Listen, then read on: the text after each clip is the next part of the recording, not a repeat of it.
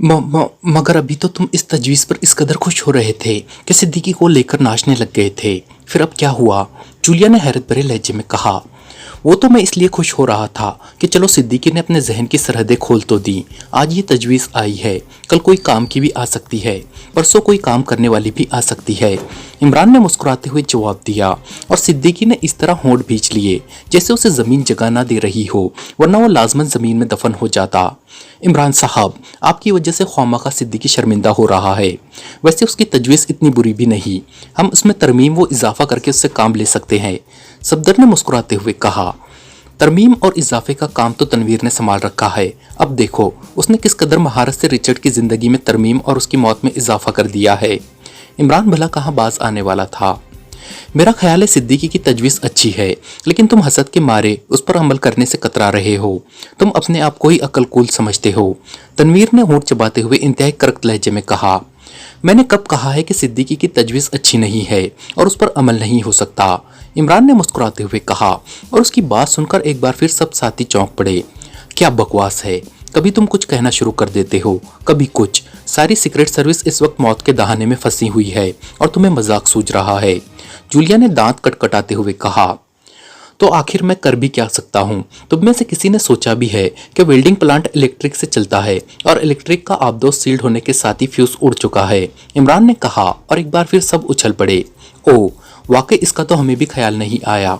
वाकई प्लांट तो बेकार हो चुका है। सफदर ने सर हिलाते हुए कहा।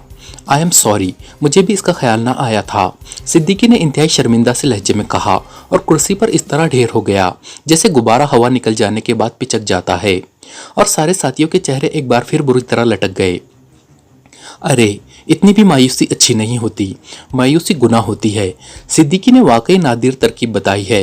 फ़र्क सिर्फ इतना है कि सिद्दीकी ने उससे दीवार और ढक्कन तोड़ने की बात की है, जबकि मैं उससे आबदोस की वो सील तोड़ना चाहता हूँ जिसकी वजह से हम सब इस तरह बेबसी के आलम में मुकीद हुए बैठे हैं। इमरान ने मुस्कुराते हुए कहा और वो सब चौंक कर इमरान की तरफ इस तरह देखने लगे जैसे उन्हें इमरान की बात का यकीन ना आ रहा हो। कैसे तोड़ोगे वो सील जब प्लांट काम ही ना करेगा? जूलिया ने भिन्नाए हुए लहजे में कहा।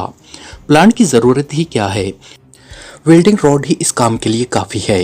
वेल्डिंग रॉड में ये खासियत होती है कि वो हर किस्म की रेस के लिए गैर मुसिल साबित होता है, यानी उस पर पड़ने वाली कोई भी शुआ उसे क्रॉस नहीं कर सकती। जैसे लकड़ी या रबड़ बिजली के लिए गैर मुसिल होता है, बिजली उससे क्रॉस नहीं कर सकती, इस तरह ये रॉड रेस के लिए गैर मुसिल होता है। ये आबदोस इंतहाई ताकतवर एलिटॉन रेस से ही सील्ड हो सकती है और एलिटॉन रेस कुदरती तौर पर अपना एक मरकज़ बनाती है और फिर इस मरकज़ से वो हर तरफ फैलती है। अगर उस मरकज़ को तलाश करके मरकज़ पर यह रॉड लगा दिया जाए तो एलिटॉन रेस का आपस का ताल्लुक खत्म हो जाएगा और उनका सर्किट टूट जाएगा। सर्किट टूटते ही सील खत्म हो जाएगी और हम आसानी से आबदोस से बाहर निकल सकेंगे। इमरान ने इस तरह उन्हें समझाते हुए कहा जैसे कोई साइंस का उस्ताद बच्चों को साइंस की मुबादियात पर लेक्चर दे रहा हो। लेकिन वो मरकज़ कैसे तलाश किया जाएगा और फिर मरकज़ बाहर होगा, अंदर तो ना होगा? जूलिया ने हैरत भरे लहजे में कहा। ये रेस आसानी से लोहे से गुजर जाती है, इसलिए इनका मरकज़ अंदर ही होगा। अगर ऐसा ना होता तो आबदोस का अंदरूनी निज़ाम क्यों बेकार हो जाता? और जहाँ तक उस मरकज़ को तलाश करने की बात है तो ये बहुत आसान सी बात है। एलिटॉन रेस आग के शोले में नजर आती है, उनका रंग नारंगी हो जाता है। चौहान, आबदोस के इलेक्ट्रॉनिक किचन में एक बैटरी लाइटर मौजूद है, वो उठा लाओ, अभी पता लग जाता है, इमरान ने कहा और चौहान सर हिलाता हुआ किचन की तरफ बढ़ गया। क्या जब ये सील खत्म होगी तो वो बेहोश कर देने वाली गैस और वो D1 मिसाइल फायर हो जाएंगे? सफदर ने कहा। नहीं, ऐसी चीजें एलिटॉन रेस से सील्ड नहीं होती, उनके लिए कुछ और किया गया है। एलिटॉन रेस लोहे की बनी हुई चीजों की मुकम्मल सीलिंग के लिए इस्तेमाल होती है। इमरान ने सर हिलाते हुए कहा। फिर ये मशीन गन क्यों फायर नहीं हुई? सफदर ने कहा। अगर ये फायर हो जाती तो फिर D1 मिसाइल को फायर होने से कौन रोक सकता था? इमरान ने मुंह बनाते हुए कहा और सफदर ने इस अंदाज में सर हिला दिया जैसे अब बात उसकी समझ में आ गई हो। चौहान जब वापस आया तो ना सिर्फ उसके हाथ में लाइटर था बल्कि वो एक पैकेट वेल्डिंग रॉड का भी उठा लाया था। इमरान ने लाइटर उसके हाथ से लिया और फिर उसे जलाया तो उसमें से खासा बड़ा शोला बुलंद हुआ। इमरान शोले को ऊपर उठाकर आंख के सामने लाया तो पूरे कमरे में नारंगी रंग की लहरें सी फैलती हुई नजर आने लगी, ऐसे जैसे नारंगी रंग की लहरों के जाल के अंदर वो खड़े हों। लहरों में मामूली सी हरकत भी थी। इमरान ने ये नारंगी रंग की लहरें बारी बारी सबको दिखाई तो उन सबके चेहरे हैरत से बिगड़ने लगे। वो अंदाजा भी ना कर सकते थे कि ऐसी लहरें हर तरफ फैली हुई नजर आएंगी। इमरान लाइटर लिए बड़े कमरे से निकलकर दूसरे कमरे में आया और फिर वो एलिटॉन रेस के मरकज को तलाश करता हुआ जगह जगह घूमता रहा। फिर जैसे ही वो किचन में दाखिल हुए, इमरान चौंक पड़ा, क्योंकि किचन की एक दीवार के करीब वाकई नारंगी रंग का बड़ा सा शोला नजर आ रहा था, जिसमें से लहरें निकलकर हर तरफ फैल रही थी। ये है मरकज, इमरान ने फातिहाना अंदाज में कहा और फिर बारी बारी सबने उस मरकज को देखा। कमाल है, आदमी सोच ही नहीं सकता, सफदर ने कहा। इसलिए तो मैं खोपड़ी खाली रखता हूँ, ताकि कम से कम सोच को तो जगह मिल सके, इमरान ने मुस्कुराते हुए कहा। और फिर उसने वेल्डिंग रॉड्स का पैकेट खोला और उसमें से एक रॉड निकालकर उसने एक हाथ में पकड़ा। ग्रेट विक्ट्री का सिलसिला जारी रहेगा, लेकिन दोस्तों उससे पहले अगर आप हमारे चैनल पर नए हैं या अब तक आपने हमारे चैनल को सब्सक्राइब नहीं किया है तो चैनल को सब्सक्राइब करें और वीडियो को लाइक ज़रूर करें, शुक्रिया। और दूसरे हाथ में पकड़े हुए इलेक्ट्रॉनिक लाइटर के शोले को आंख के सामने रखकर वो आगे बढ़ा और फिर उसका वो हाथ आहिस्ता आहिस्ता उस मरकज की तरफ बढ़ने लगा जिसमें वेल्डिंग रॉड मौजूद था। सब साथी दम साधे इस तरह खामोश खड़े थे जैसे किसी बहुत बड़े शुभदेबाज का शोभा देख रहे हों। इमरान ने रॉड आगे बढ़ाया और फिर जैसे ही रॉड उस मरकज के करीब गया, इमरान के हाथ को हल्का सा झटका लगा, लेकिन दूसरे लम्हे इमरान ने पूरी कुव्वत से रॉड उस मरकज के अंदर डाल दिया। शोले में से देखते हुए इमरान को झमाका सा महसूस हुआ और उसके साथ ही शोले में से नजर आने वाला नारंगी रंग गायब हो गया। इमरान ने एक तवील सांस लिया। ना सिर्फ वो मरकज गायब हो चुका था, बल्कि पूरी आबदोश में फैली हुई नारंगी रंग की लहरें भी गायब हो चुकी थी। इमरान ने एक तवील सांस लेते हुए लाइटर बंद कर दिया। वेल डन सिद्दीकी, अगर तुम इस वेल्डिंग प्लांट का जिक्र न कर देते तो मेरे जहन में ये बात ना आती। अब हम कम से कम इस कैद से तो आज़ाद हो गए, इमरान ने मुस्कुराते हुए कहा। ये तो आपका कारनामा है इमरान साहब, आप जैसा ज़हीन तो शायद सदियों में भी पैदा ना हो सके, सिद्दीकी ने बड़े तहसीन भरे लहजे में कहा। अरे तुम जहन की बात कर रहे हो भाई, मेरी तो खोपड़ी ही खाली है। क्यों जूलिया, इमरान ने कहा और जूलिया हंस पड़ी। तुम इंसानी नहीं शैतानी जहन रखते हो, लेकिन ये तो बताओ तुम्हें ये सब कैसे मालूम हो गया कि एलिटॉन रेस से आबदोश सील की गई है, जूलिया ने मुस्कुराते हुए कहा। जब नॉर्मन ने सील का लफ्ज़ इस्तेमाल किया तो मैं समझ गया कि इसने क्या किया है, क्योंकि मौजूदा दौर में एलिटॉन रेस भी बाकायदा आबदोज़ों के खिलाफ हथियार के तौर पर इस्तेमाल की जाती है। दुश्मन की आबदोज़ों को अगर सील कर दिया जाए तो फिर आसानी से उन्हें कवर किया जा सकता है, इमरान ने जवाब दिया। आबदोज़ का इलेक्ट्रिक निज़ाम अब बाकायदा काम करने लग गया था। मेरा ख्याल है अब बाहर चलना चाहिए, मशीन गनें साथ ले लो, क्योंकि आबदोज़ से बाहर निकलते ही ये काम करना शुरू कर देंगी, इमरान ने कहा। और वो सब बड़े कमरे की तरफ लपक गए जहां मशीन गनें मौजूद थी। उन सब के चेहरे मसरत और कामयाबी से चमक रहे थे। ग्रेट बॉल के मेन रूम में इस वक्त खासा रश था। ग्रेट बॉल में मौजूद हर आदमी अपने अपने सेक्शंस छोड़कर वहां इकट्ठा हो गया था। इस हॉल नुमा कमरे की सामने वाली और साइड की दो दीवारों के साथ कवि हैकल मशीनें नस्ब थी। दरमियान में सुर्ख रंग की किसी अजीब सी धात की एक देव हैकल मशीन नस्ब थी, जिस पर बेशुमार डायल और इस कदर रंग बिरंगे बल्ब लगे हुए थे जैसे किसी इमारत को सजाने के लिए उस पर छोटे छोटे रंग बिरंगे बल्बों की बेशुमार लड़ियां लटकाई जाती हैं। सारे बल्ब मुसलसल जल बुझ रहे थे और इन बल्बों के जलने की वजह से अजीब सा नज़ारा उस हॉल कमरे में पैदा हो गया था। मशीन के सामने रोनाल्ड चमकदार चेहरा लिए खड़ा था।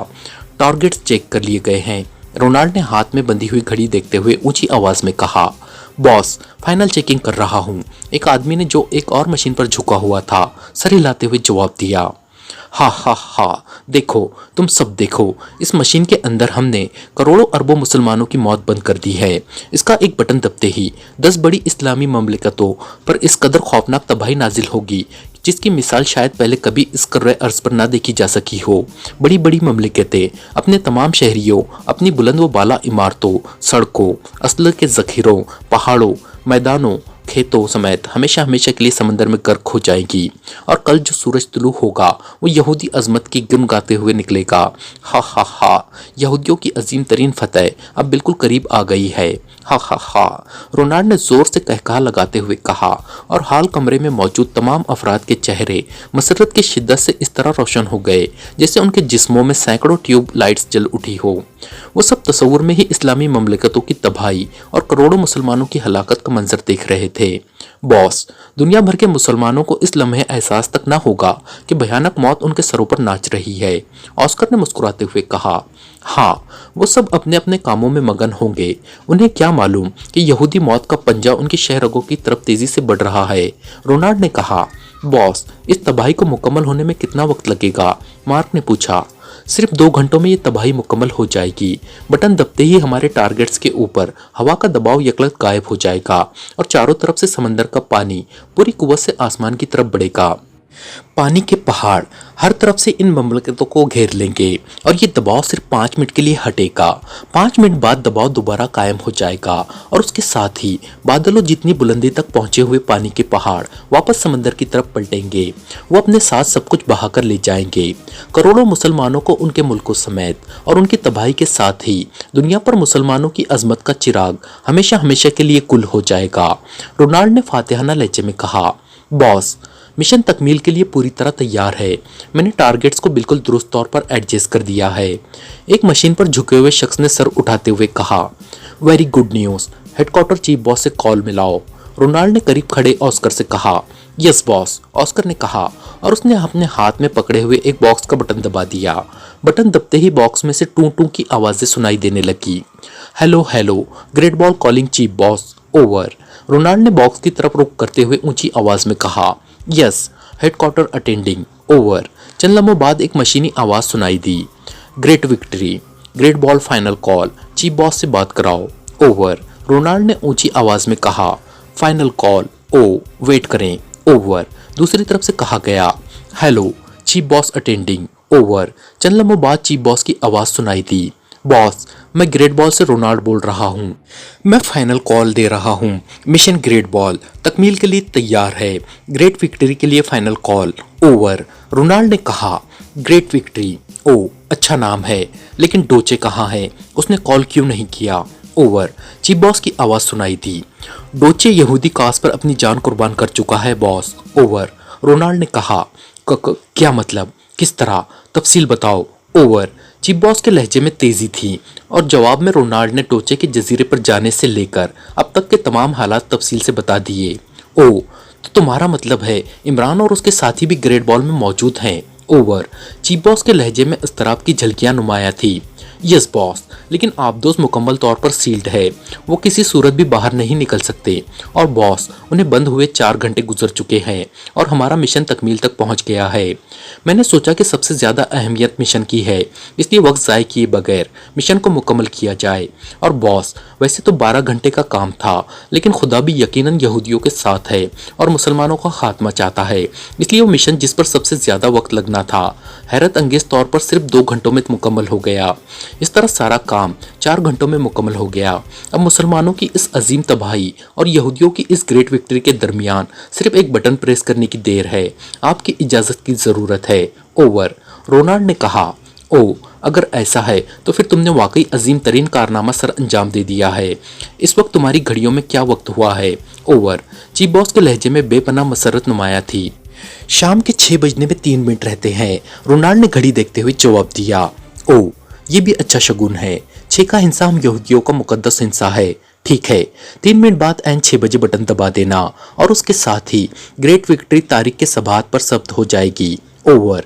चीफ बॉस ने कहा, ठीक है बॉस, ओवर। रोनाल्ड ने मसरत भरे अंदाज में सर हिलाते हुए कहा, ओके, मैं इस दौरान इस ग्रेट विक्ट्री की मुकम्मल तफसीलात हासिल करने के इंतजाम कर लूँगा। Great victory for Jewish, over and all, chief boss ने कहा और उसके साथ ही राब्ता ख़त्म हो गया। रोनाल्ड आगे बढ़ा और उस सुरंग की अजीब सी धात वाली मशीन के करीब जाकर खड़ा हो गया। उसने वो कलाई ऊंची कर ली जिस पर घड़ी बंधी हुई थी और घड़ी की सुई तेजी से अपनी गर्दिशें पूरी करने में मसरूफ थी और करोड़ों अरबों बेगुनाह मुसलमानों की जिंदगियां सुई की हरकत के साथ ही मौत के भयानक दलदल में डूबने के लिए बढ़ रही थी। भयानक और खौफनाक मौत सुई की हर गर्दिश के साथ ही अपने मुसलमानों पर फैलती जा रही थी। मेन रूम में मौजूद हर शख्स सांस रोके यहूदियों की इस ग्रेट विक्ट्री के इंतजार में खड़ा था। रोनाल्ड की नजरें घड़ी पर जैसे चिपक सी गई थी। उसके जहन में धमाके से हो रहे थे क्योंकि इस वक्त उसके हाथ में करोड़ों अरबों मुसलमानों की जिंदगियां बंद थी। वो अपने आप को हवा में उड़ता हुआ महसूस कर रहा था। वो तस्वुर में पूरी दुनिया के यहूदियों के मसरत भरे चेहरे देख रहा था जो सब उसकी तरफ देख रहे थे। वो इस वक्त अपने आप को पूरी दुनिया की यहूदियों का लाफानी हीरो समझ रहा था और बात भी दुरुस्त थी। उसे मसरत इस बात पर थी कि कुदरत ने इस अजीम और मुकद्दस मिशन की तकमील के लिए उसका इंतखाब किया था, वरना इस वक्त उसकी जगह डोचे हीरो बना खड़ा होता। सेकंड की सुई अपनी रफ्तार से चल रही थी लेकिन रोनाल्ड को यूं महसूस हो रहा था जैसे सुई अपनी जगह पर ठहर सी गई हो। सेकंड की सुई आखिरी चक्कर लगाने के लिए जैसे ही 12 के हिस्से से आगे बढ़ी, रोनाल्ड ने अपना हाथ बटन की तरफ बढ़ा दिया। इस बटन की तरफ जो करोड़ों मुसलमानों और बड़ी बड़ी इस्लामी ममलकतों के लिए भयानक और इबरतनाक मौत का नुमाइंदा बना हुआ था। सुई ने जब 6 का हिस्सा क्रॉस किया तो उसने हाथ बटन पर रख दिया। उसने सांस रोक लिया था। उसके पूरे जिस्म में सर्दी की तेज लहरी से दौड़ने लगी थी। जहन में धमाके से होने लग गए थे। सुई अब 11 के हिस्से पर पहुंच चुकी थी और रोनाल्ड के हाथ में खुद ब खुद हल्की सी कपकपाहट पैदा हो गई। फिर 4 सेकंड बाकी रह गए और रोनाल्ड का जिस्म जैसे पत्थर का बन गया। 3 सेकंड, 2 सेकंड और फिर सिर्फ 1 सेकंड और फिर जिंदगी का आखिरी सेकंड भी गुजर गया और रोनाल्ड ने एक झटके से बटन प्रेस कर दिया। उसके साथ ही उसके हलक से ग्रेट विक्ट्री के अल्फाज एक चीख की सूरत में खुद ब खुद निकले और कमरे में गूंजने लगे।